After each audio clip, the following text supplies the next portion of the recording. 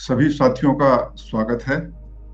आज ये कठोपनिषद के साथ स्वावलोकन का 31वां सत्र है।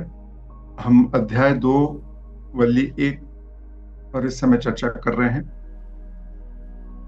और पिछले सत्र में हम लोग 6 मंत्रों पर चर्चा कर चुके थे। आज हम उन 6 मंत्रों पर बहुत संक्षेप में चर्चा करेंगे और उसके बाद मंत्र क्रमांक 7, 8 और 9 पर चर्चा करेंगे।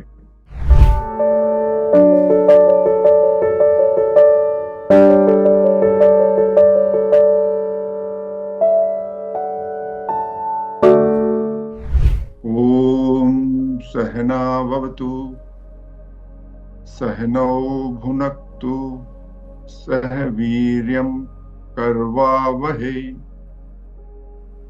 तेजस्विनावधीतमस्तु मा विद्विषावहै। ओम शांति शांति शांति। ओम नमो भगवते वैवस्वताय मृत्यवे ब्रह्म विद्याचार्याय नचिकेतस। ओम ब्रह्म विद्या के आचार्य सूर्यपुत्र भगवान यम और नचिकेता को नमस्कार है। यम और नचिकेता के प्रति हम कृतज्ञ हैं। उनके माध्यम से हमें यह ब्रह्म विद्या सुनने और समझने मिल रही है। यह चित्र मैं बार बार आपको दिखाता हूं। यह पूरा संसार, इसमें जो 4 तीर दिख रहे हैं चारों तरफ, ये चारों तरफ है, मतलब कहीं कोई जगह खाली नहीं है दुनिया में। पृथ्वी से लेकर आपको जहां तक हमारा दृश्य है, जहां भी हम जा सकते हैं, सब जगह ब्रह्म से व्याप्त है। उसी के अंदर जगत है और उसी के अंदर जीव है। ब्रह्म और जगत के बीच में कोई खाली स्थान नहीं है। जिसे हम आकाश कहते हैं, वो आकाश भी ब्रह्म का ही पाद है, वह भी ब्रह्म है। तो जो ब्रह्म है वह आकाश से भी ज्यादा सूक्ष्म है और आकाश से भी ज्यादा विस्तृत है। यह इस तरीके की स्थिति बनती है यदि हम कल्पना करें जगत और जीव उसके अंदर है, बाहर नहीं है, अलग नहीं हो सकते उससे। अलग दिखना एक बहुत स्वाभाविक प्रक्रिया है। जब हम देखते हैं संसार को तो मुझे लगता है कि जैसे इस समय हम लोग 17 लोग बैठे हुए हैं, तो 17 अलग अलग लोग हैं और हमारे और आपके बीच में बहुत सारा स्पेस है, आकाश है। लेकिन वास्तव में यदि हम इस आकाश को ब्रह्म मान लें और हम अपने आप को भी ब्रह्म मान लें तो हम अलग हो ही नहीं सकते। तो ये एक बड़ी इंटरेस्टिंग चित्र है और इस पर हम बार बार विचार करते हैं। आप सभी, हमारा अनुरोध है कि इसको समझिए। ये चित्र हैं जो हम आपको दिखाते हैं बार बार। इन चित्रों से हम कुछ अर्थ लेना चाहते हैं। ये एक बहुत ही सुंदर चित्र है कि किस तरीके से हम, हमारी आंखें देखती हैं। और बड़ा ही इंटरेस्टिंग है कि जब बाह्य दृश्य के एक इमेज हमारे मस्तिष्क पर बनती है और वो मस्तिष्क का जो देखने वाला हिस्सा है, जब वहां पर पूरी तरीके से वो छा जाती हैं, वहां से दूसरे सारे भाव समाप्त हो जाते हैं, तब हमको वह दृश्य दिखता है। इसका हम दैनिक जीवन में अनुभव करते हैं। हमारे आंखों के सामने जो कुछ भी आता है, सब कुछ नहीं दिखता है हमको। जिस पर हमारा ध्यान जाता है, मतलब जब वह हमारे मस्तिष्क का आकार ग्रहण कर लेता है, जब वह मस्तिष्क में अपनी जगह बना लेता है, तभी वह हमको दिखता है हमारे मस्तिष्क मन में। सुनने की भी वही स्थिति है। सारी बातें हमारे आसपास होती रहती हैं, हम केवल वही सुनते हैं जिस पर हमारा ध्यान जाता है। और इस पूरे में ये जो अध्याय 1 की वल्ली 1 है, चौथी वल्ली या पहली वल्ली, अध्याय 2 की पहली वल्ली या उपनिषद की चौथी वल्ली, इसमें जो महत्वपूर्ण बात है कि वह कह रहे हैं कि जो हमारे ज्ञानेंद्रियां हैं ये बाहर की ओर देखती हैं। और इस बात की उन्होंने आलोचना की है और इसे कमी बताया है, ये एक लिमिटेशन बताया है हमारे ज्ञानेंद्रियों का। और ये कहा गया है कि यदि हम इस पूरी वस्तु स्थिति को समझना चाहते हैं तो हमको हमारी जो ज्ञानेंद्रियां हैं उनको आवृत करना पड़ेगा, मतलब उनको ढांकना पड़ेगा। उनका जो बाहर देखने की जो प्रक्रिया है उसको रोकना पड़ेगी, तभी हम इसको अपने आप को समझ सकते हैं। ये कुछ दृश्य हैं जब हम अपने आप को देखना शुरू करते हैं। और आज एक बहुत ही नई किस्म की बात हमको समझने में आएगी केवल ये आंख बंद करके बैठने के अलावा भी हम काम कर सकते हैं। आपको एक नई क्षमता से अवगत कराया जाएगा आज कि हम कैसे अपने आप को बदल सकते हैं, कैसे हम आवृत चक्षु हो सकते हैं। अध्याय 1 में जो तीसरी वल्ली थी वहां ये मंत्र आया था, ये बड़ा इंपॉर्टेंट है। ये कहता है, ऐसे सर्वेषु भूतेषु गूढ़ोत्मा न प्रकाशते दृश्यते त्रवज्ञा बुद्धिया सूक्ष्मया सूक्ष्मदर्शी भी।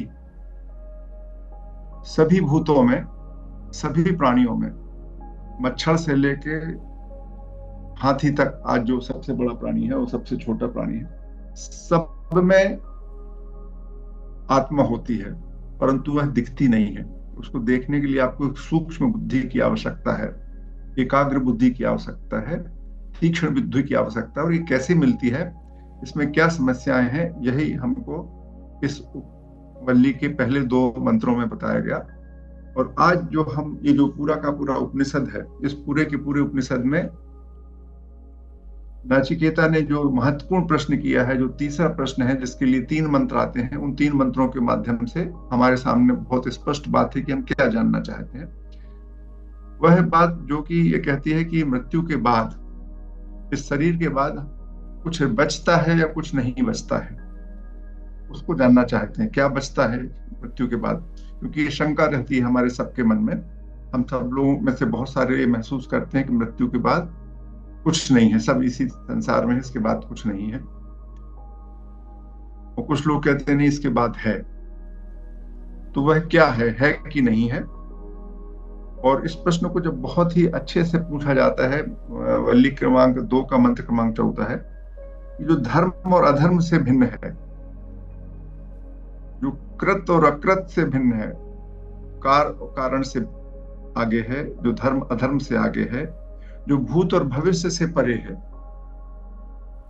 ऐसी जो चीज है वह क्या है, जो सब समय, मतलब जो कल भी सच थी, आज भी सच है और कल भी सच रहेगी। जो भोपाल में सच है, इंदौर में सच है, वही न्यूयॉर्क में सच है, और वही पृथ्वी के बाहर चंद्रमा पे भी सच है, और वही सूर्य पर जाकर सच है। ऐसी क्या चीज है जो स्थान और समय इन दोनों से परे है, जो सही और गलत होने से आगे है? ऐसी क्या चीज है, यह वो जानना चाहता है। और उसी के संदर्भ में पूरी की पूरी चर्चा चल रही है। और उसको जानने के संदर्भ में जो पहला मंत्र था हमारा, प्रांची खानी वितरण स्वयंभू तस्मात् परांग पश्यति न अंतरात्मा कश्चित् धीरा प्रत्यगात्मन नेक्षत आवर्त चक्षु अमृत तत्व क्षिण। कुछ लोग हैं, हमारी जो इंद्रियां हैं वो बाहर की ओर देखती हैं, वे अंदर की आत्मा को नहीं देख सकती, अंदर की ओर नहीं देख सकती हैं। लेकिन कुछ विद्वान लोग, कुछ धीरवीर लोग अमृतत्व की इच्छा से अंदर की ओर देखने का प्रयास करते हैं और अंतर आत्मा को देख पाते हैं। ये हमारे लिए शुभ संकेत है कि हम भी ऐसा कर सकते हैं। फिर उन्होंने बोला कि पर अगला मंत्र था, पराचह कामानुयंती बाला ते मृत्योर्यन्ति विततस्य पासम अथ धीरा अमृतत्वं विदित्वा ध्रुवम अध्रुवेशि न प्रार्थयन्ते। ये जो लोग हैं जो बाहर की ओर कामनाओं का अनुसरण करते हैं, सांसारिक सुख और भोगों में लगे रहते हैं, वे सर्वत्र मृत्यु के पास में पड़ जाते हैं। ये इच्छा का कारण क्या है? इच्छा को जो समझ जाता है, इच्छा हमारे इंद्रियों के उत्पन्न ज्ञान से, बाह्य ज्ञान से उत्पन्न होती है। जो हमारा एक मिस आइडेंटिफिकेशन है कि हम मानते हैं कि हम शरीर हैं, मन, ये शरीर और मन बुद्धि को हम अपने स्वयं को मानते हैं। यह जो हमारा एक त्रुटिपूर्ण ज्ञान है, इसके कारण ही सारी समस्याएं हैं। और हम अज्ञानवश बाह्य वस्तुओं में सुख को ढूंढते हैं और उसमें फंस जाते हैं। परंतु कुछ लोग हैं जो ये समझते हैं कि नहीं, ये जो बाह्य वस्तुएं हैं, ये जो विनाशशील वस्तुएं हैं, जो अस्थिर वस्तुएं हैं, जो जन्म लेती हैं और समाप्त हो जाती हैं, जो नष्ट होने वाली वस्तुएं हैं, जो अनित्य वस्तुएं हैं, उनमें हमें स्थायी सुख नहीं मिल सकता। ये बात उन्होंने स्पष्ट की है और इसको कई तरीके से उपनिषदों में कहा जाता है। फिर अगला ये मंत्र था बड़ा इंपॉर्टेंट, येन रूपम रसम गंधम शब्दांश स्परांश मैथुनान ऐतनेव विजानाति किमत्र परिशेषते। यहाँ देखिए, रूप रस गंध शब्द और स्पर्श, ये 5 ज्ञान इंद्रियों के विषय हैं। और मैथुनान, ये हमारे कर्म इंद्रियों का फल है, और खासकर स्त्री पुरुष के मिलन से होने वाला सुख। मगर यहाँ पर बहुवचन में है। बहुवचन का मतलब होता है केवल स्त्री पुरुष वाला सुख नहीं, किसी भी बाह्य वस्तुओं से मिलने वाला सुख। ये सब जो इसको जो भी जिसके माध्यम से हम जान पाते हैं, जो भी इसको हमको समझ कराता है, उसको यदि हम जान जाएं, उस आत्मा को यदि हम जान जाएं, तो उस आत्मा के लिए जानने के लिए क्या शेष है। जो जानने की हमारी क्षमता है, वह क्या नहीं जान सकती, वह सब कुछ जान सकती है। यदि हम उस जानने की क्षमता को ठीक से समझ जाएं, तो हम दुनिया को पूरी तरीके से समझ सकते हैं। यहाँ पर शंकराचार्य जी ने इसकी समीक्षा करते हुए लिखा था कि लेकिन संसार में हम नहीं मानते कि हम आत्मा के माध्यम से देखते हैं। वो तो कहते हैं इस शरीर के माध्यम से, हम ये शरीर ही सब कुछ अनुभव करता है, शरीर ही सब कुछ देखता है। और फिर हम लोगों ने पिछली बार चर्चा की थी, जब हम इस मंत्र पर चर्चा कर रहे थे, कि जो निर्जीव वस्तुएं हैं जो स्वयं को नहीं देख सकती, और जो वस्तु है वह जड़ है। बुद्धि भी जड़ है, मन भी जड़ है। अगला, इस चित्र में मैं आपको बताना चाहता था, ये बड़ा इंपॉर्टेंट चित्र है, हमने इस बार हम इसको आपके सामने प्रस्तुत कर रहे हैं। जो हमारी 5 ज्ञान इंद्रियां हैं, इनके माध्यम से हमको ज्ञान प्राप्त होता है। हम वस्तुओं का ज्ञान इनके माध्यम से प्राप्त करते हैं। तो जो जानने की प्रक्रिया है, इसमें हमारी जो ज्ञानेंद्रियां हैं और ये जानने की जो प्रक्रिया है, इसमें हमारा फोकस वस्तुओं पर रहता है। ये फोकस वस्तुओं से यदि हटा लें हम, ये वस्तुओं पे जो हमारा फोकस रहता है, इस फोकस को यदि हम हटा लें और ये जानने की प्रक्रिया चलती रहे, यदि हमारा ध्यान वस्तु पर ना हो वस्तुओं से हम अपना ध्यान हटा लें, और यदि हमारा ध्यान इस कर्ता पर आ जाए, ये देखने वाले पे आ जाए, इस दृष्टा पर आ जाए, और हम इसके बारे में समझना शुरू कर दें, ये कैसे सोचता है, ये कैसे समझता है, ये कैसे देखता है। तो ये जो वस्तुओं का ज्ञान है, इसको हम अविद्या या विज्ञान कहते हैं। और हमारी जो ज्ञानेंद्रियां हैं, वो सब इसी तरफ देखने वाली बनी है। इसलिए बहुत सारा वस्तु सही है, गलत है, जरूरी है, नहीं है, इस संदर्भ में हमारा ग्रंथ कुछ नहीं कह रहा है। एक ज्ञान है, लेकिन हमारे पास इसी वस्तुओं का ज्ञान है। ये जो दूसरी ओर ज्ञान है, जो स्वयं का ज्ञान है, जिसको प्रज्ञान कहते हैं, जिसको विद्या कहते हैं, ये हमारे पास नहीं है। ये दोनों एक दूसरे से विपरीत ज्ञान है। ये इंद्रियों की एक ओर वस्तु है, दूसरी ओर कर्ता, सब्जेक्ट या मैं हूं। तो मैं के संबंध का जो ज्ञान है, उसको प्राप्त करना है।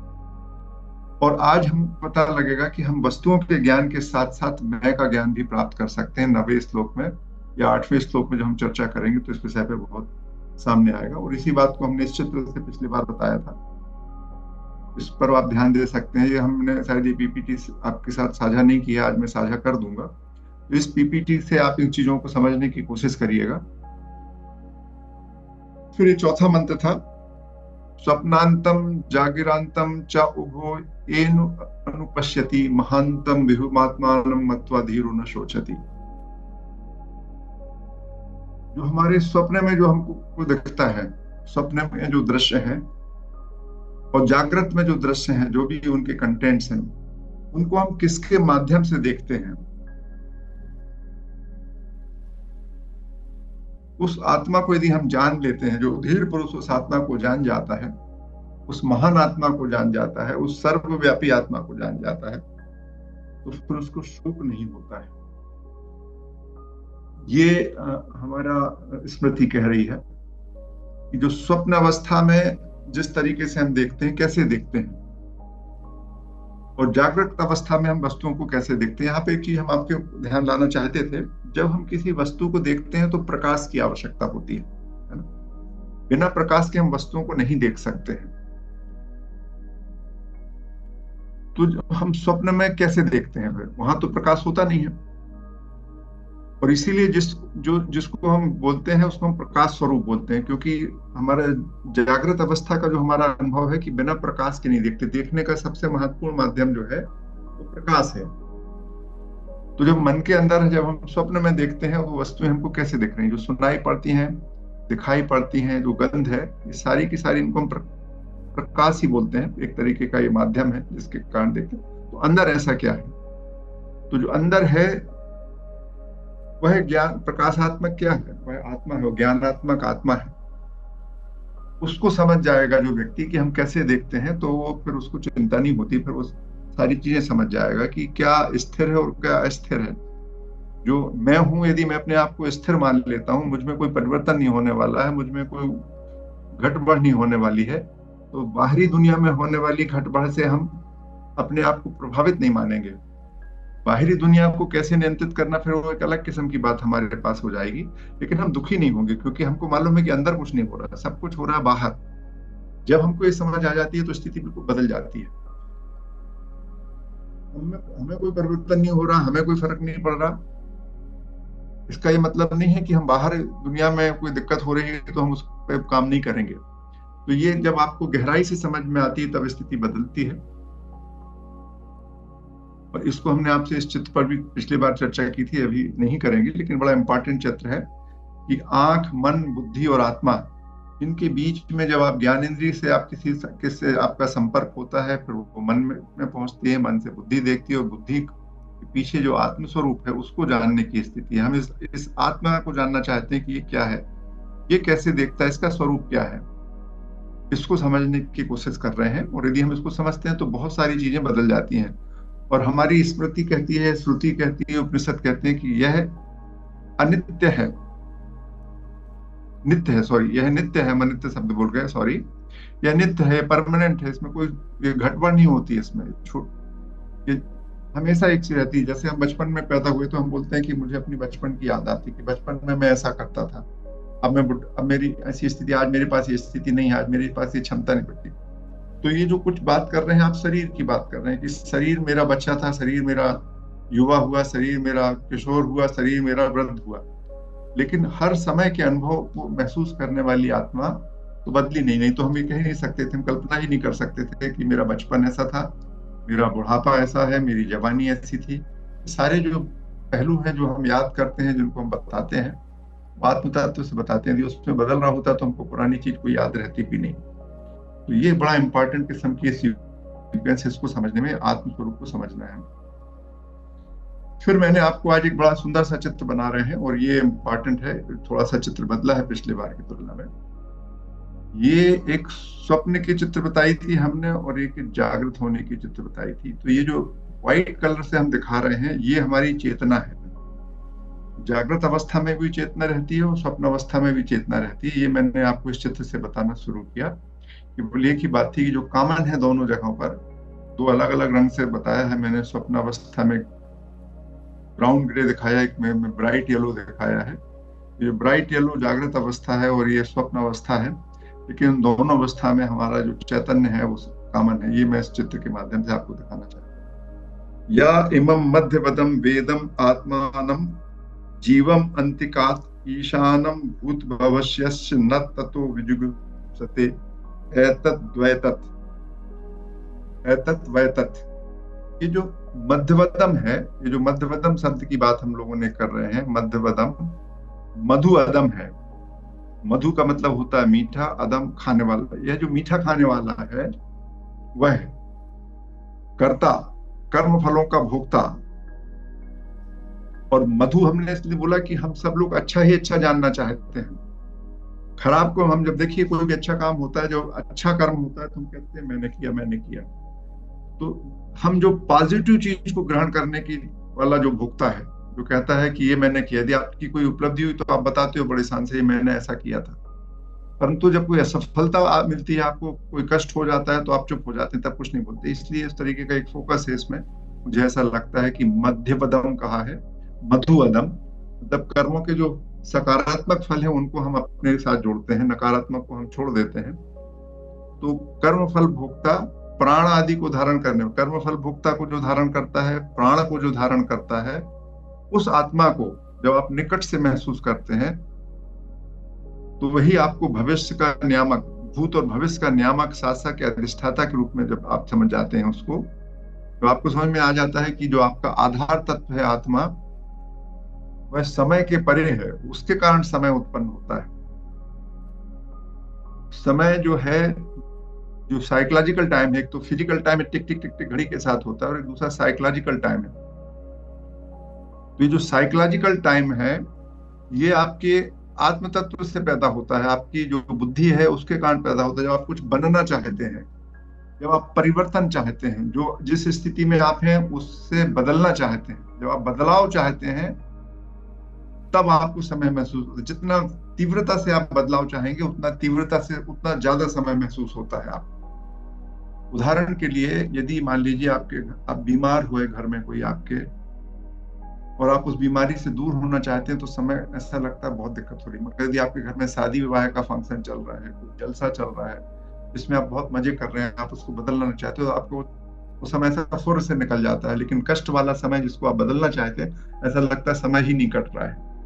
तो ये जो फीलिंग ऑफ टाइम है, ये मन से है। और जब आप परिवर्तन नहीं चाहते, जैसे मुझे नहीं लगता, मैं अकेला घर में रहता हूँ, मुझे कुछ महसूस नहीं होता कि मुझे, क्योंकि मेरी कोई इच्छा नहीं बची है अब। जब आपकी कोई इच्छा नहीं बची, आपको चाहते ही नहीं बदलाव का, तो आपको समय से परेशानी नहीं होती है। If you are continuously in want of some change, some कुछ पाना चाहते हो आप, तब आपको समय महसूस होता है। यदि आप कुछ पाना नहीं चाहते, तो समय की जरूरत ही नहीं पड़ती, समय ही नहीं बचता, फिर साइकोलॉजिकल टाइम नहीं बचता है। तो ये उन्होंने बोला, या इमं मध्यपदम वेदम आत्मानम जीवम अंतिकात ईशानम भूत भविष्यम न तत्व विजुगुप्सते। ये जो विजुगुप्सा शब्द है, इसके दो अर्थ होते हैं। कि विजुगुप्सा का अर्थ होता है, एक तो घृणा करना, चिढ़ना, और दूसरा होता है सुरक्षा करना। तो जब आपको पता चल जाए कि आपकी आत्मा जो है वह अक्षुण है, उसमें किसी प्रकार का घटबढ़ नहीं हो सकता, समय से उस पर प्रभाव नहीं पड़ सकता, और जो आपकी आत्मा है वही सबकी है, सबकी एक ही आत्मा है, जब आपको पता चल जाएगा, तो आप किससे घृणा करेंगे, किससे अपनी रक्षा करने की कोशिश करेंगे। तो उस स्थिति में आप विजुगुप्सा ही करेंगे, और आप अत्यंत प्रसन्न रहेंगे। इस मंत्र का तब, लेकिन ये समझ कैसे आएगी? जो हम आपसे बात कर रहे हैं, ये तो जानकारी है।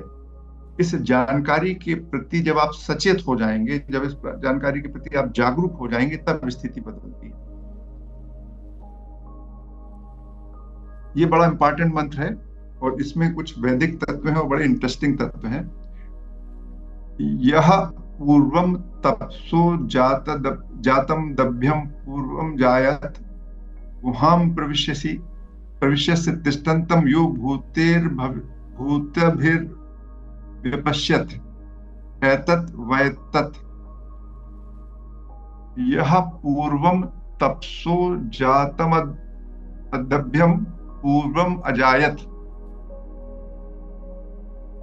ये जो सबसे पहले जिसका जन्म हुआ था, तप के माध्यम से जिसका सबसे पहले जन्म हुआ था, हमने इस पे चर्चा करते समय बात की थी। इसको हम बोलते हैं ब्रह्मा। मतलब जो हमारी कॉमन अंडरस्टैंडिंग है, उसको हम ब्रह्मा कहते हैं।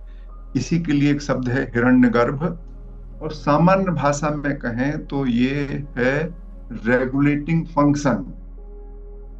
जो विभिन्न प्रकार के पदार्थ और वस्तुएं हैं, उनके बीच में आपसी संबंधों का, उनके बीच में जो रिएक्शन करने का, इंटरेक्शन करने के जो लॉ है, वो है।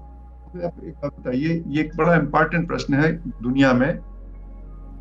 जो सामान्य हमारा ज्ञान है, इस विषय पर हम 1-2 मिनट आपसे बात कर लें, फिर आगे अगले मंत्रों पर विचार करेंगे। बड़ी इंटरेस्टिंग चीज है। दुनिया में 2 प्रकार की विचारधाराएं हैं। एक कहता है, जो डार्विन की थ्योरी ऑफ इवोल्यूशन है, कि जैसे जैसे हम संसार की भौतिक पदार्थों की हमारे पास जानकारी बढ़ती है, वैसे वैसे हम, मतलब पहले हमको विज्ञान हमको देखता है, फिर हमारी चेतना का विकास होता है। और दूसरा मतलब, पहले दुनिया बनी, पहले प्रकृति है, प्रकृति से हमको ज्ञान मिलता है। प्रकृति से जब हम इंटरेक्ट करते हैं, तब हमारे पास ज्ञान उत्पन्न होता है। मतलब तब जब हम ऑब्जर्व कर लेते हैं, तब हमारे पास ज्ञान उत्पन्न होता है। इसको बोलते हैं सृष्टि दृष्टिवाद। मतलब जो सृष्टि है उसको देखा, उससे जब हमारा इंटरेक्शन हुआ, प्रकृति से जब हमारा इंटरेक्शन हुआ, उसके आधार पर हमारे पास ज्ञान उत्पन्न होता है। और दूसरा जो हमारा दार्शनिक मत है, खासकर वेदांत का मत है, वो यह है कि नहीं, किसी भी चीज के निर्माण के पहले उसके निर्माण की प्रक्रिया आपको मालूम होना चाहिए। बिना निर्माण प्रक्रिया के कोई निर्माण हो ही नहीं सकता। उदाहरण के लिए, यदि आपको घड़ा बनाना है तो घड़ा बनाने की प्रक्रिया आपको मालूम होना चाहिए, तभी आप घड़ा बना सकते हैं। किसी भी सुव्यवस्थित सुगठित वस्तु बनाने के लिए उसको बनाने का ज्ञान आपके पास होना चाहिए, तभी बन सकती है। तो ये जो संसार में जो बहुत सारी चीजें बनी हुई हैं, जैसे उदाहरण के लिए प्रतिदिन सूर्य का उदय होना, 15 दिन में चांदनी आना, फिर कम हो जाना, अमावस्या आना, ये सारी जो एक सुव्यवस्थित नियमित रूप से जो चीजें चल रही हैं, इनको, इस व्यवस्था को प्रारंभ होने के पहले कोई नियम होंगे, कोई ज्ञान होगा जिसके कारण होगा। तो क्या पहले हो सकता है? आपको क्या लगता है कि पहले पदार्थ वस्तुएं, जड़ वस्तुएं आएंगी, कि पहले उन वस्तुओं के निर्माण के लिए आपके मन में ज्ञान, उन वस्तुओं के पीछे ज्ञान की शक्ति होगी? क्या आपको लगता है कि क्या एफिशिएंसी पहले जरूरी है, पहले ज्ञान जरूरी है, कि पहले वस्तु जरूरी है? कैसा लगता है? एक या दो लोग इसमें बोले। ये बड़ी इंपॉर्टेंट पहलू है। इस पर यदि आप हम और के बीच में कोई बात बनती है तो बड़ा अच्छा लगेगा। कोई कुछ कहना चाहेगा? सर मुझे ऐसा लग रहा है कि पहले वस्तु होना चाहिए। वो वस्तु को देखकर फिर ऑटोमेटिक ज्ञान आ जाएगा, लेकिन ऐसा नहीं है कि हो सकता है कि घड़ा बनाने का ज्ञान किसी और वस्तु को देखकर आ गया हो, कुछ उस प्रकार की वस्तु देखकर। ये मेरा मानना है कि हम कहीं ना कहीं किसी न किसी चीज को देखकर ही कुछ और उसमें जोड़कर कल्पना करते हैं। जैसे पक्षी को उड़ते देखकर हवाई जहाज बनाने की कल्पना आई होगी। इसका मतलब ये नहीं है कि पहले हवाई जहाज बनाने का ज्ञान हो फिर हवाई जहाज बनेगा। मतलब पहले से किसी भी मौजूद वस्तु को देखकर हम अपना मतलब हमको ज्ञान आ सकता है। ठीक है, मैं इस पे कोई कमेंट नहीं करना चाहूंगा। मैं तो सुनना चाहता हूँ लोगों को कैसा लगता है। भूपेंद्र जी, आप क्या कहना चाहते हैं? हाँ, मेरा थोड़ा इससे थोड़ा अपना सोचना थोड़ा अलग है। हम्म। मैं समझता हूँ जहां तक है, पहले विचार आता है। हम्म। विचार आने के बाद कोई चीज का निर्माण होता है। क्योंकि जब तक ये आपके दिमाग में कोई चीज नहीं, जब तक वो अस्तित्व में आ ही नहीं सकती। वो किसी ना किसी के दिमाग में तो पहले आई, उसके बाद ही वो वस्तु का निर्माण हुआ होगा। जी, और कोई कुछ कहना चाहता है? जी, राहुल जी। हाँ सर, मुझे भी ऐसे ही लगता है कि पहले ज्ञान जरूरी है। क्योंकि अक्सर हम अभी दैनिक जीवन में भी ऐसा देखते हैं कि हमारे सामने बहुत सी चीजें हमारी आंखों के सामने से गुजर जाती हैं, बट जस्ट बिकॉज ऑफ कि हमें उनका नॉलेज नहीं होता है, तो हम उनको इग्नोर कर देते हैं या उनका कभी इम्पोर्टेंस नहीं समझ पाते। लेटर ऑन हमें पता चलता है कि अरे ये तो वो था या। तो आई थिंक ज्ञान ज्यादा इम्पोर्टेंट है in compare to existence of something sir. बहुत बढ़िया। और कुछ कहना चाहता है कोई? एक आध कोई और कुछ कहना चाहता हो तो मैं सुनना चाहूंगा, क्योंकि अभी हम लोगों को दो प्रकार के विचार मिल गए और दोनों विचार दुनिया में चल रहे हैं। जो विज्ञानवादी हैं और जो प्रज्ञानवादी हैं, दोनों के अपने अपने विचार हैं। मैं आप लोगों के विचार सुनना चाहता हूँ, हमको क्या लगता है? जी, रूपला रूपला जी। बोल रहा हूं मैं। हाँ, रूपला जी। दो बातें हैं साहब। न पूर्णतः सही है कि ज्ञान पहले आया, और न पूर्णतः सही कि वस्तु। जो प्राकृतिक चीजें हैं वो ज्ञान से पहले आई है। प्राकृतिक चीजों का मतलब ये है, पेड़ पौधे, नदी, जंगल, पहाड़, सूर्य, चांद, ये सारी चीजें पहले आई है और ज्ञान बाद में है। और जो मानव निर्मित चीजें हैं, जैसे अभी हमने कहा हवाई जहाज, किसी ने कहा गाड़ी घोड़ा मोबाइल, ये मानव निर्मित चीजें जो है पहले ज्ञान आया, और ज्ञान के आधार पर मनुष्य ने इन वस्तुओं की, जैसे बल्ब की खोज, रेलगाड़ी की खोज, तो ये मानव निर्मित चीजों में ज्ञान पहले वस्तु बाद में। और जो प्राकृतिक चीजें हैं वो तो प्रकृति के साथ ही आई, ज्ञानवान का जब पता ही नहीं था उसी समय आ चुकी थी वो चीजें। तो ये मेरा मानना है। बहुत सच है, इसमें मैं कुछ कह नहीं सकता, इसलिए प्रश्न थोड़ा सा आपके सामने, प्रश्न को बदलना चाहे और क्या मुझे, कि प्रकृति को बनाने के लिए ज्ञान की आवश्यकता हुई कि प्रकृति अपने आप बन गई? ये सवाल है असली में। प्रश्न ये था कि प्रकृति जब तो हम बात अपने आप, प्रकृति के लिए, हाँ, प्रकृति को बनाने के लिए ज्ञान वहां नहीं आया। मतलब कोई व्यक्ति आया, फिर उसका ज्ञान आया, और फिर उसने कोई प्रकृति की रचना की, ऐसा नहीं है। प्रकृति जो है वो तो, प्रकृति और प्रकृति की चीजें जो है वो नेचुरल है। ये जैसे अब हम कहते हैं ना कि जीव या इंसान तो इतने साल पहले आया, लेकिन ये प्रकृति तो करोड़ों अरबों खरबों साल पहले की है। और मानव जो है वो तो बहुत बाद में आया है, इसलिए नहीं, प्रकृति को मानव की बात मानव हम ने नहीं कर नहीं। रहे। प्लीज प्लीज, आपने प्रश्न कुछ फिर वही देखा। मानव ने की बात नहीं कर रहे। ज्ञान और मानव का कोई संबंध नहीं है। ज्ञान हाँ कब चलो, आया? ज्ञान और मानव का ज्ञान केवल मानव, हमारा जो भारतीय वैदिक समाज है वो तो कहता है हम इस समय, ये जो दुनिया है 5वीं बार बन रही है, 4था मनवंतर या 5वां मनवंतर चल रहा है। तो दुनिया पैदा होती है, समाप्त हो जाती है, पूरी पूरी प्रकृति ब्रह्म में लीन हो जाती है, समाप्त हो जाती है, फिर उसके बाद उसका फिर उदय होता है। ऐसा बार बार हुआ है, 5 बार हो चुका। और एक मनवंतर में 5-6 बार ब्रह्मा पैदा होते हैं जो उसको, प्रकृति को बनाते और बिगाड़ते हैं। ये फीलिंग है। खैर चलिए, इस पे हम ज्यादा बहस नहीं करना चाहेंगे।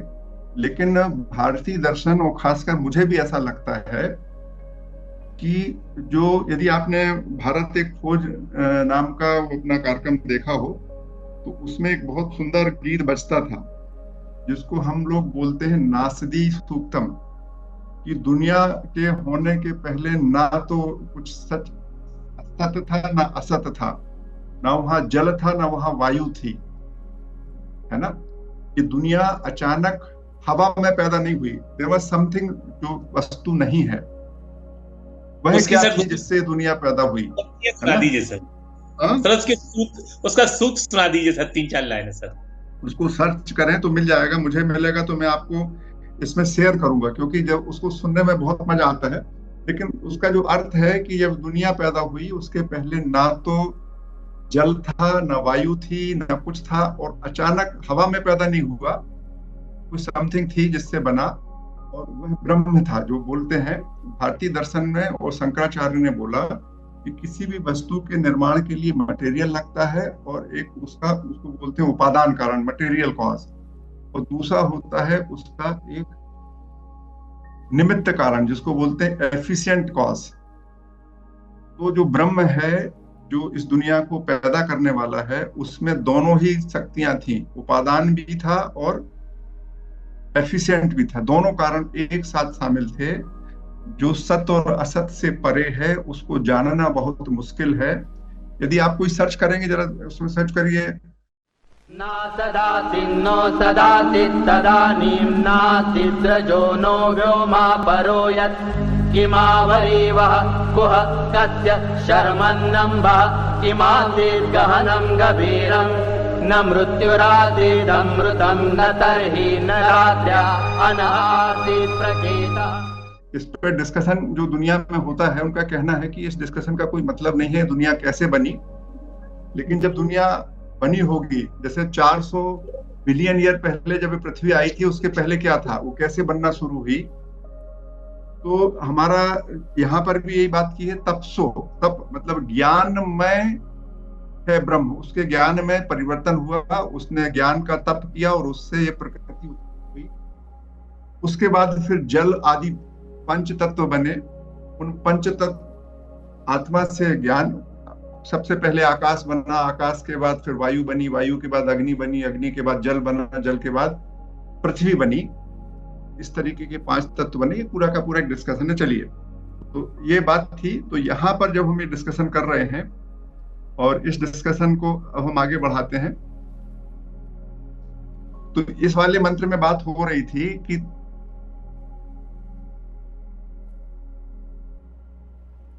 यह पूर्वम तपसो जातम दभ्य पूर्वम जायत गुहाम प्रविश्य तिष्ठम तो यो भूते विपशत एतद्वैतत्।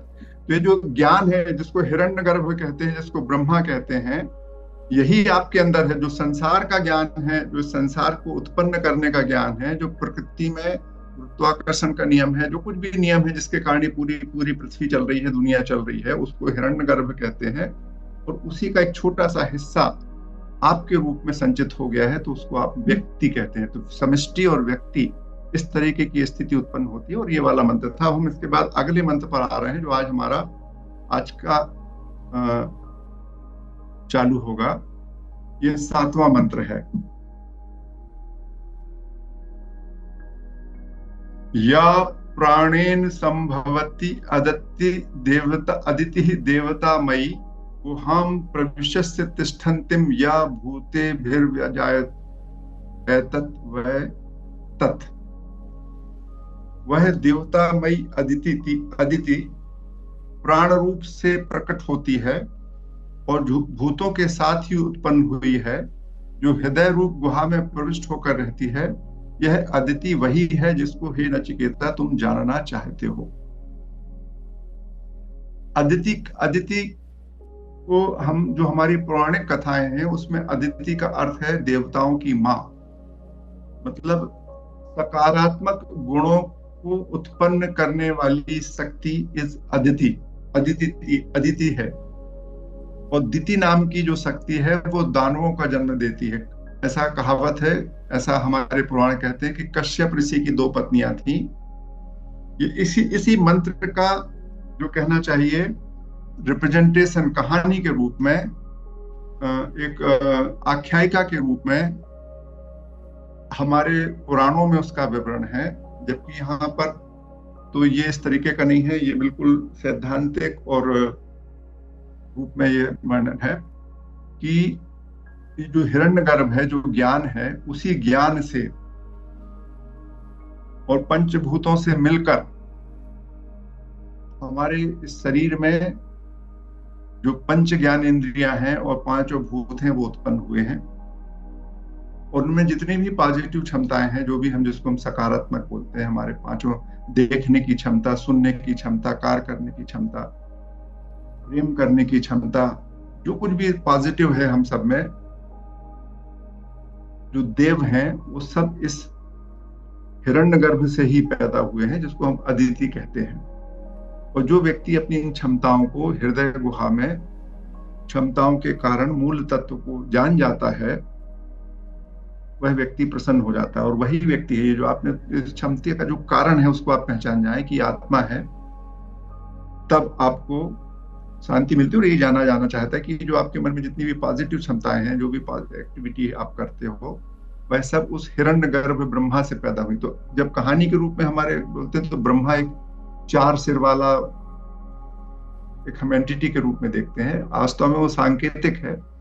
दुनिया का जो क्रिएशन प्रिंसिपल है, जो इस पूरे कॉस्मिक क्रिएटिव प्रिंसिपल है, जिसको हम जिस तरीके से हम अपने आप को यदि देखते हैं, यदि हम मनुष्य के रूप में देखते हैं कि हमारा ये जो भौतिक शरीर है, इससे एक शक्ति उत्पन्न होती है जिसको मैं कहता हूं मैं, जो मुझे शरीर से भिन्न दिखता है, जो हम महसूस करते हैं। मतलब यदि हम सब में से 2 मिनट आंख बंद करके बैठे तो हमको लगता है नहीं, मैं शरीर के अलावा भी कुछ हूं। तो ये जो शरीर के अलावा जो कुछ भी है उसको हम आत्मा कहते हैं, उसको मैं कहते हैं। तो ये जो शरीर के अलावा जिस चीज से हम अपने आप को चिन्हित करते हैं, महसूस करते हैं, वह शक्ति आत्मा है हमारे लिए। इसी तरीके की इस दुनिया को पैदा करने के लिए जो प्रिंसिपल है, जो दिख रहा है, उसके अतिरिक्त जो पीछे नेपथ्य में है, जिसको हम समझ नहीं पाते हैं, उसे हिरण्यगर्भ कहते हैं, उसी को ब्रह्मा कहते हैं।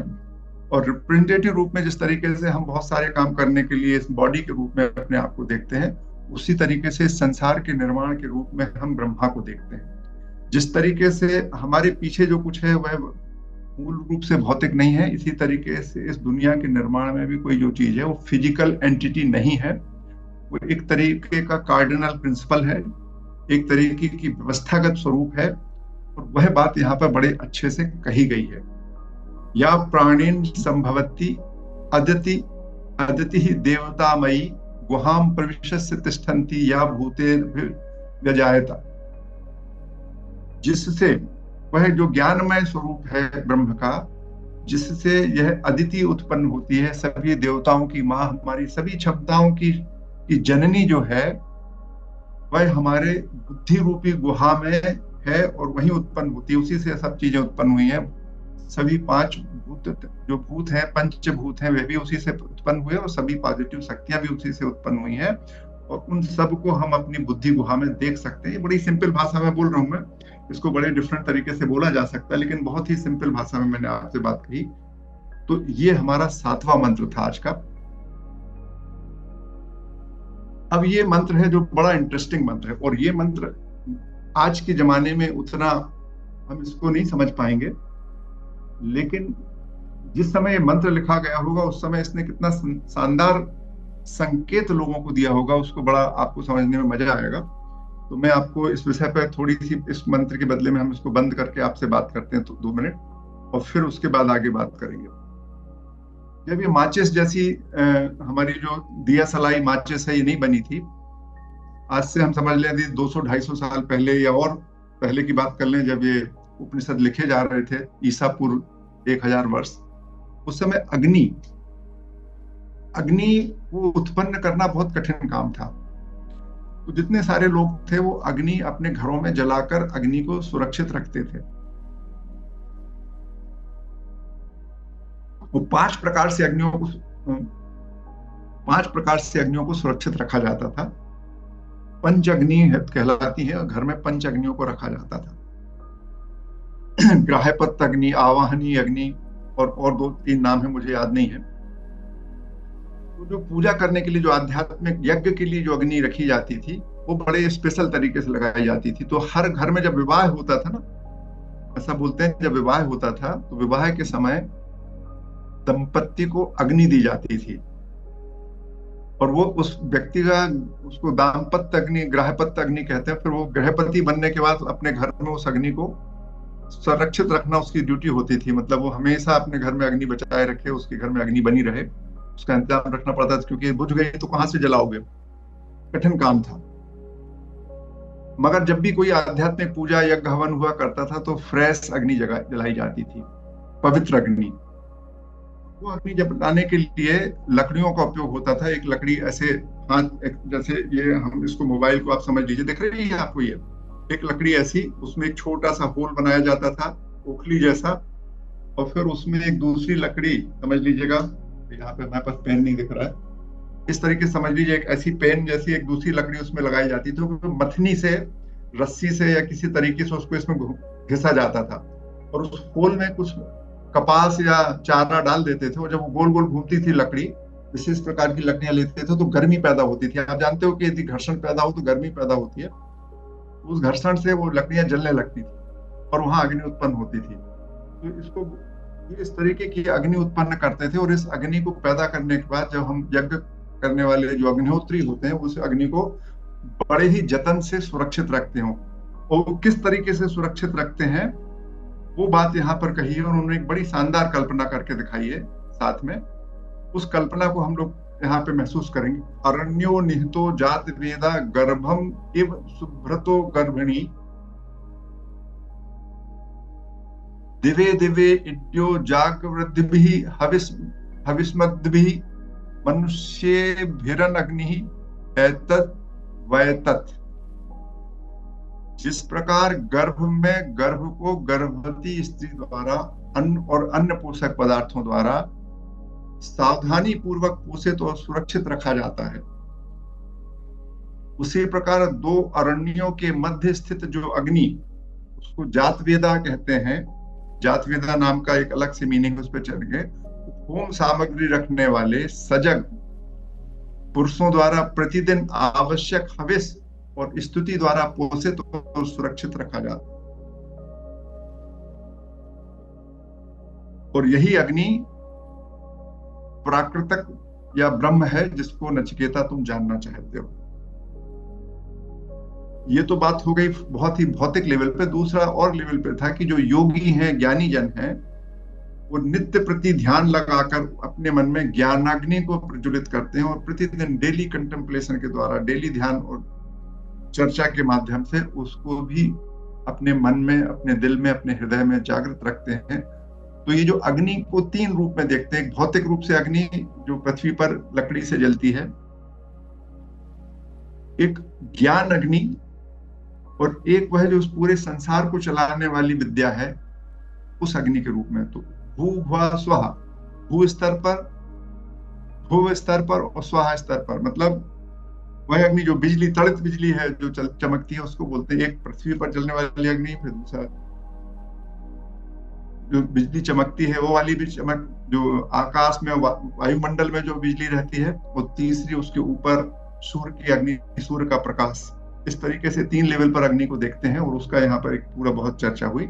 लेकिन यहाँ पर बड़ा इंटरेस्टिंग है कि जब कोई साधक, जब कोई व्यक्ति है, तो जिस तरीके से गर्भिणी महिला, गर्भवती महिला अपने गर्भ को जीवन के सारे काम को करते हुए, दैनिक जीवन के सभी कार्य करते हुए अपने गर्भ को सुरक्षित रखती है, देखती है, उसका खाना पीना, सबके लिए घर में खाना बनाती है। आजकल व्यवसायी महिलाएं तो व्यवसाय भी करती रहती हैं, और वो अपने गर्भ का पालन भी करती हैं। उसके लिए आवश्यक भोजन करना, उसके लिए विशेष प्रकार की जीवन पद्धति जीना, उठना बैठने का तरीका ठीक से रखना, मन प्रसन्न रखना, सारी बातें करते करते अपने जीवन के काम को कर सकती है। मतलब ये सिद्ध करता है कि जिस तरीके से गर्भवती महिला 2 काम एक साथ करती है, सारा दैनिक जीवन का जो उसका ड्यूटी है वो पूरा करती है, और उसी के साथ साथ अपने गर्भ को भी सुरक्षित रखती है, ठीक उसी तरीके से हम अपने संसार के सभी कामों को करते हुए, पूरे संसार की भौतिकता में रहते हुए भी अपने आत्मज्ञान को पोषित कर सकते हैं, उस पर भी ध्यान दे सकते हैं।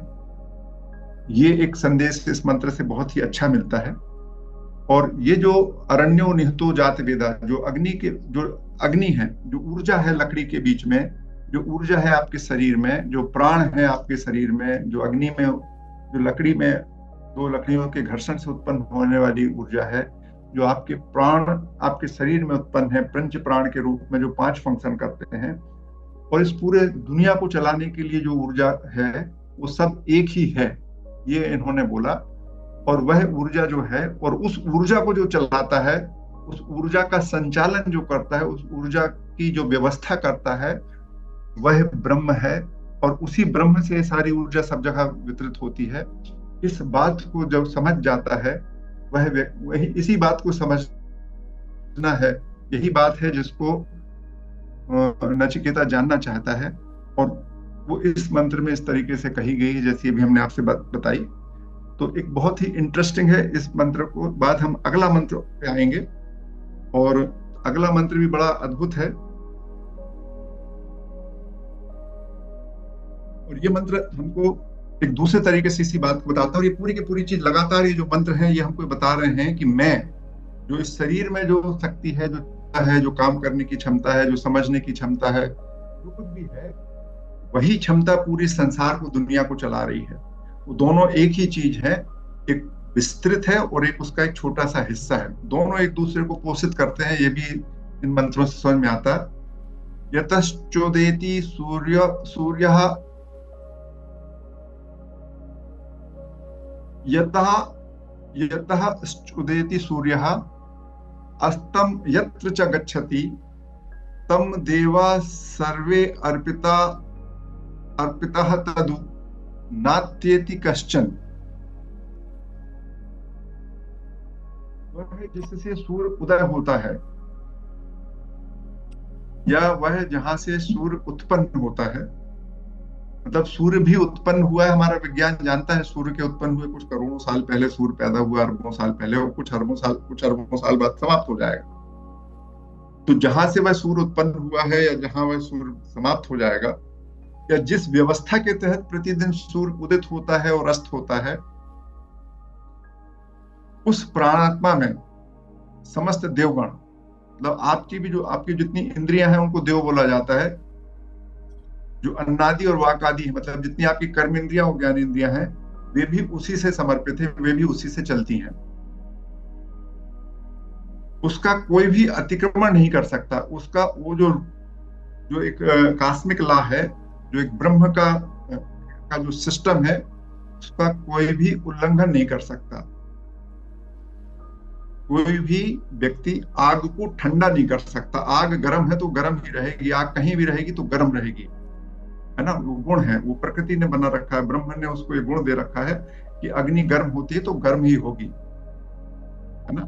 पानी ऊपर से नीचे ही जाएगा। कोई भी व्यक्ति में ताकत नहीं है कि वो पानी को ऊपर से नीचे बदले में ऐसा पानी बना दे जो नीचे से ऊपर की ओर जाने लगे। ऊपर से नीचे ही आएगा। तो ये जो पूरा का पूरा वह जो सिस्टम है, वह जो कॉस्मिक मैकेनिज्म है जिसके कारण सूर्य उदित होता है, जिसके कारण सूर्य अस्त होता है, वह सब स्थिति जहां से सूर्य का निर्माण हुआ, वह स्थिति जहां सूर्य समाप्त हो जाएगा, वह क्या, तो ये 3 लेवल पे बात होती है। वह जहां जिसके कारण सूर्य उदित होता है और अस्त होता है। तो जिस तरीके से हम काम करते हैं, देखिए आध्यात्मिक स्तर पर बात हुई, उदय होने का अर्थ होता है जागना। हम बोलते, अपन लोग बोलते हैं ना आम कॉमन सेंस में, भैया तुम्हारा सूर्य नहीं निकला, सूरज नहीं निकला क्या, मतलब आज आप उठे नहीं। और सूर्यास्त होने का मतलब नींद, सो जाना। तो स्वप्न अवस्था और निद्रा अवस्था को हम बोलते हैं अस्त होना, उदय होना। तो जिस सिस्टम से जो शक्ति है आपको, जो आत्मा आपके पीछे काम करती है, जिसके कारण आप उठते और सोते और समझते हैं, वही शक्ति, वही आत्मा सूर्य के उदय होने और सूर्य के अस्त होने में काम करती है। जिन तत्वों से आप बने हैं, जिन तत्वों के से आपके शरीर में ऊर्जा आती है, उन्हीं तत्वों से सूर्य में ऊर्जा आती है, उन्हीं से सूर्य का निर्माण हुआ है। ये भौतिक स्तर पर है ना। और दैविक स्तर पर, जैसे मनोहर दुबे के साथ में, या रूपला साहब के साथ में, या रमेश व्यास के साथ में, या कल्पना सपना के साथ में, जो एक एंटिटी के रूप में, जो एक अभौतिक एंटिटी के रूप में जो आत्मा है, उसी तरीके से सूर्य को चलाने के लिए सूर्य के पीछे भी हम एक आत्मा की एक कल्पना कर सकते हैं, और उस आत्मा को सूर्य देव कहते हैं। जैसे मनोहर, इस शरीर के पीछे मनोहर नाम का एक प्राणी है, एक क्षमता है, इसी तरीके से सूर्य को चलाने के लिए सूर्य के पीछे एक क्षमता है जिसको हम सूर्य देव कह सकते हैं। तो जितने भी हमारी प्राकृतिक क्षमताएं हैं, प्राकृतिक शक्तियां हैं जो हमको दिखती हैं, सूर्य है, चंद्र है, वर्षा है, वायु है, अग्नि है, पर्वत है, सबके पीछे हम उन जड़ वस्तुओं से, जिस तरीके से हम अपने इस शरीर के पीछे एक कॉन्शियसनेस को जोड़ लेते हैं और उससे आइडेंटिफाई करते हैं, सिमिलरली ऊर्जा उन चीजों से आइडेंटिफाई होती है। ये इस मंत्र का कहना है।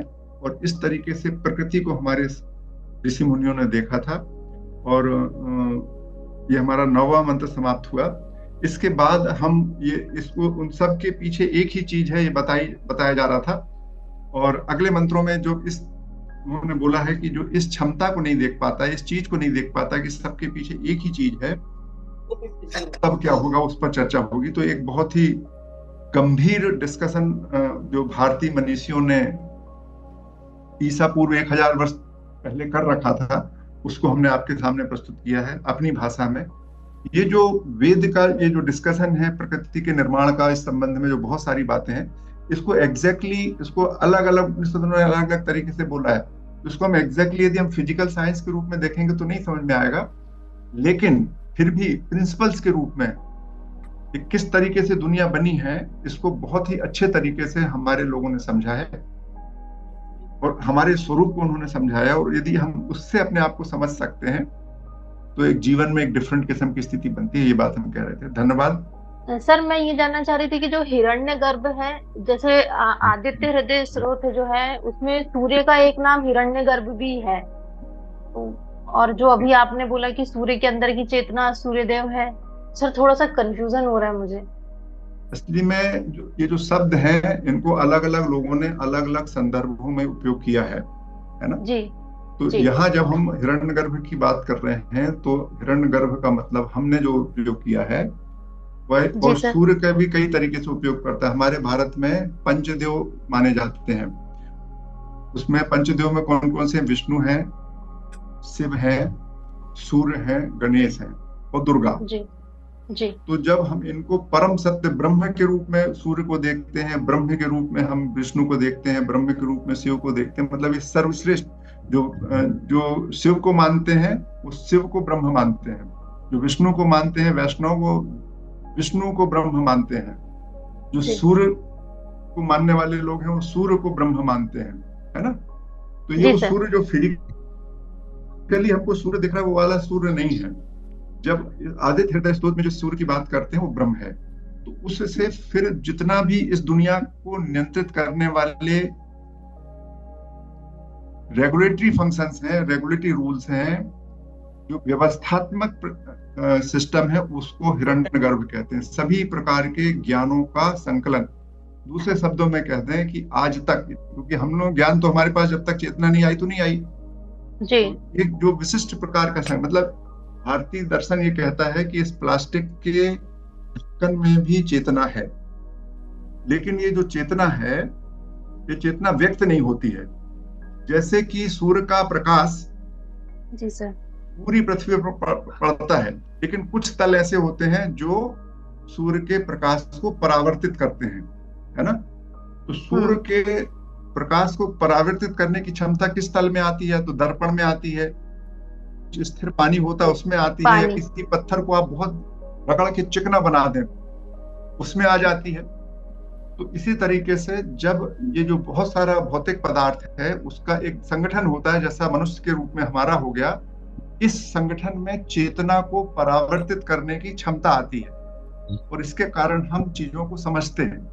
तो आज तक जितने भी दुनिया में चैतन्य पदार्थ हुए हैं, वस्तु हुई हैं, उन सब ने जितने भी चेतना को परावर्तित किया है उसको हम यदि इकट्ठा कर लें, या आज तक दुनिया में जो भी होने वाला उसको भी हम इकट्ठा कर लें, तो जो बनेगा उसको हम बोलते हैं हिरण्यगर्भ। जैसे कि हमारे शरीर में 3 ट्रिलियन सेल्स हैं और every cell is a living being.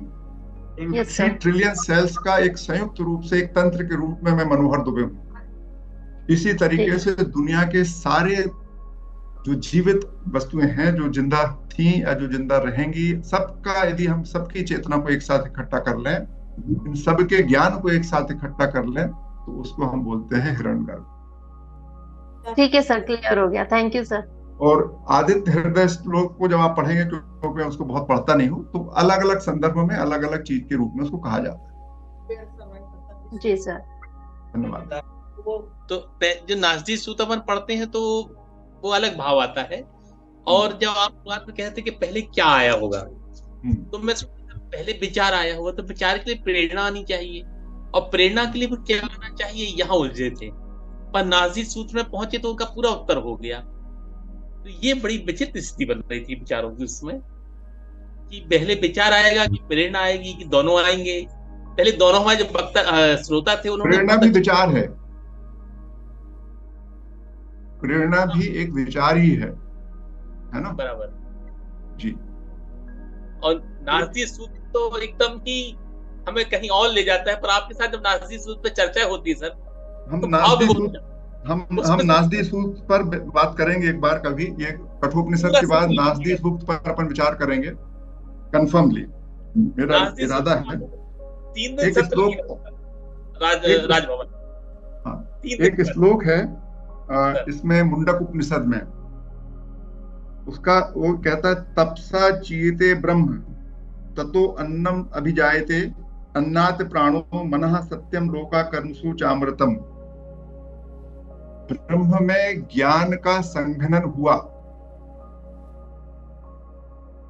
जो ब्रह्म है वह ज्ञानमय है, सच्चित आनंद बोलते ना, चित्त यानी ज्ञान, सच्चित यानी ज्ञान, सत्य यानी एग्जिस्टेंस। तो जब उसका चित्त में ज्ञान का संघनन हुआ तो द्रव्य का निर्माण हुआ,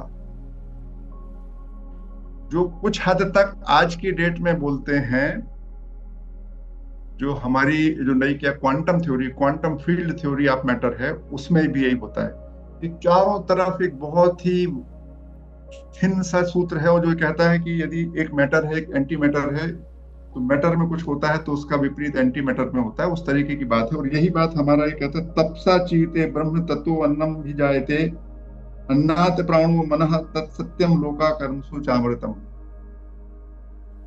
ब्रह्म में ज्ञानमय चिंतन से ज्ञान का जब संघनन हुआ, उसमें वेव उत्पन्न हुई, ज्ञान में कुछ एक्टिविटी हुई, तो उससे अन्न उत्पन्न हुआ।